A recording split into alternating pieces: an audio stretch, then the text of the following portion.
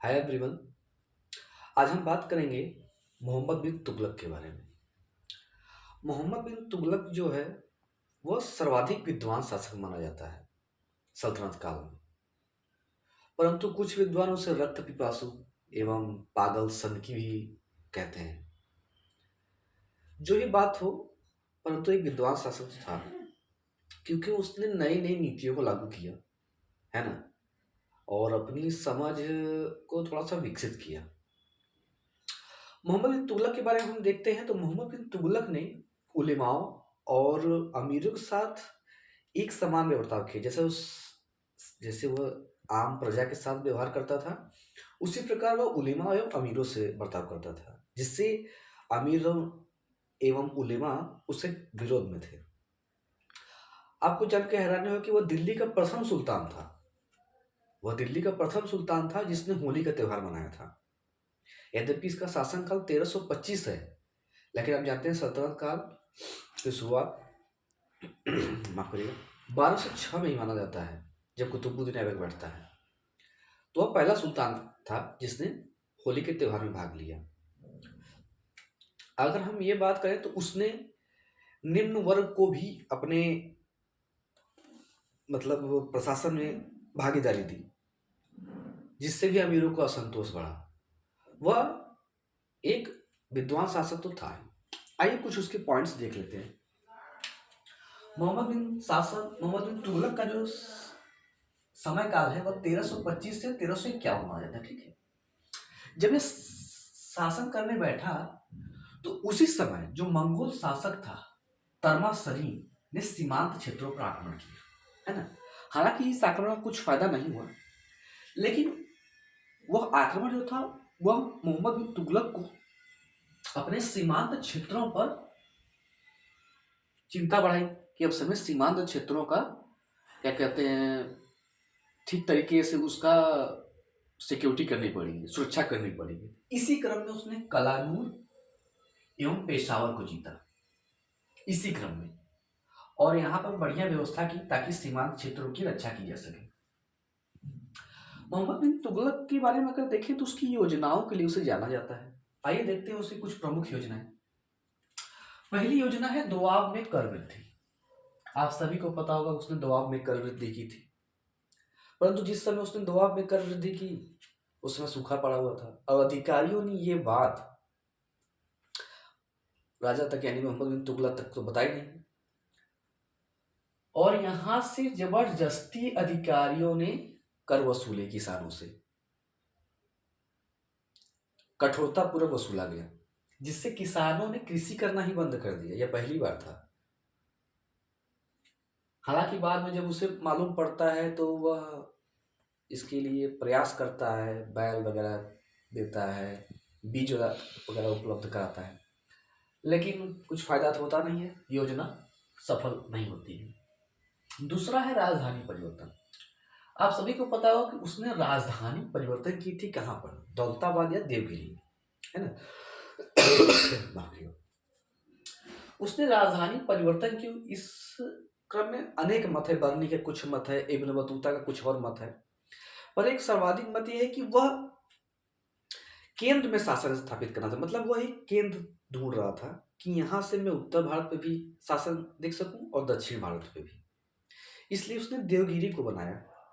हालांकि यह योजना भी असफल रहती है, और इससे जन की भी तो हानि होती है, धन की भी हानि होती है, और सुल्तान की प्रतिष्ठा भी गिरती है, तो यह भी योजना असफल रहती है। तीसरा है सांकेतिक मुद्रा का प्रचलन, है ना।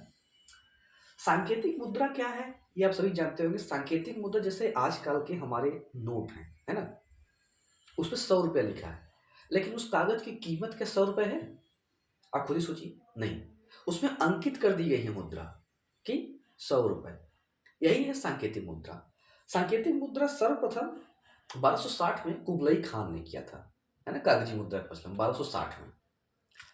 कुबलई खान, ये मंगोल शासक था कुबलई खान। तो सांकेतिक मुद्रा का प्रचलन उसने क्यों किया?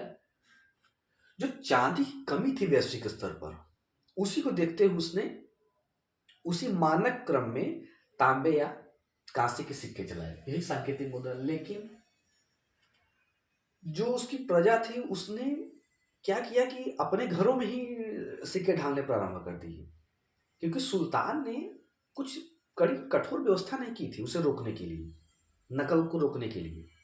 इसी क्रम में यह योजना भी सफल नहीं हुई। फिर चौथा आपका आता है खुरासान अभियान। खुरासान अभियान मध्य एशिया का था। यह अबू सैयद के विरुद्ध था। यह इंपॉर्टेंट हो जाता है, कभी कभी नाम पूछ लेता है किसके विरुद्ध था, अबू सैयद। इसी क्रम में मोहम्मद बिन तुगलक ने त्रिमैत्री संघ बनाया। त्रिमैत्री संघ किसके साथ था?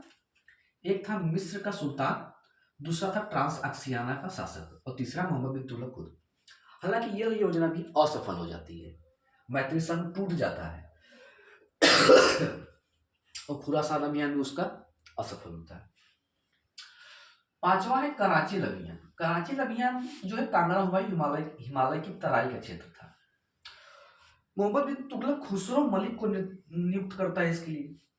पर खुसरो मलिक क्या करता है, यह सुल्तान की आज्ञा के विपरीत, यह हिमालय की तराई में जाने के विपरीत यह चला जाता है तिब्बत की तरफ, जो कि बहुत ठंडा प्रदेश है, जिसकी वजह से इसकी सेना नष्ट हो जाती है और कराची अभियान भी समाप्त हो जाता है, मतलब सफल नहीं हो पाता है। तो इस क्रम में आप देखते हैं तो उसकी सभी योजनाएं एक के बाद असफल होती नजर आती है।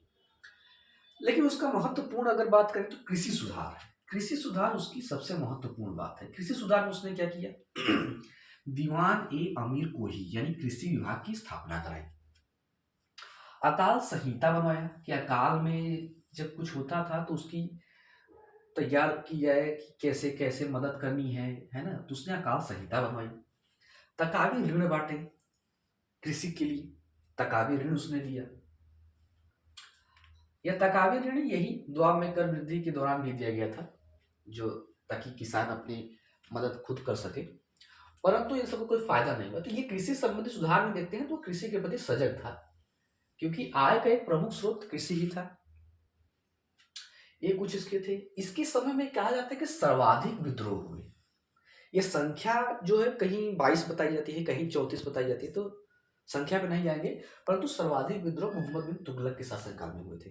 आप सभी को याद होगा मोहम्मद बिन तुगलक के शासनकाल में ही विजयनगर और बहमनी जैसे शासन काल आए, नाम सुनते हैं आप। जैसे विजयनगर की स्थापना हरिहर मुक्का करते हैं, फिर बहमनी की स्थापना होती है, तो इसी के समय होती है, मोहम्मद बिन तुगलक के समय। तो ये मैंने आप कुछ मोहम्मद बिन तुगलक के बारे में बताया। उम्मीद करता हूँ आपको वीडियो अच्छी लगी। मैंने शॉर्ट में बनाया था। अगर वीडियो अच्छी लगी तो लाइक एंड सब्सक्राइब जरूर कर दीजिएगा। Thank you so much.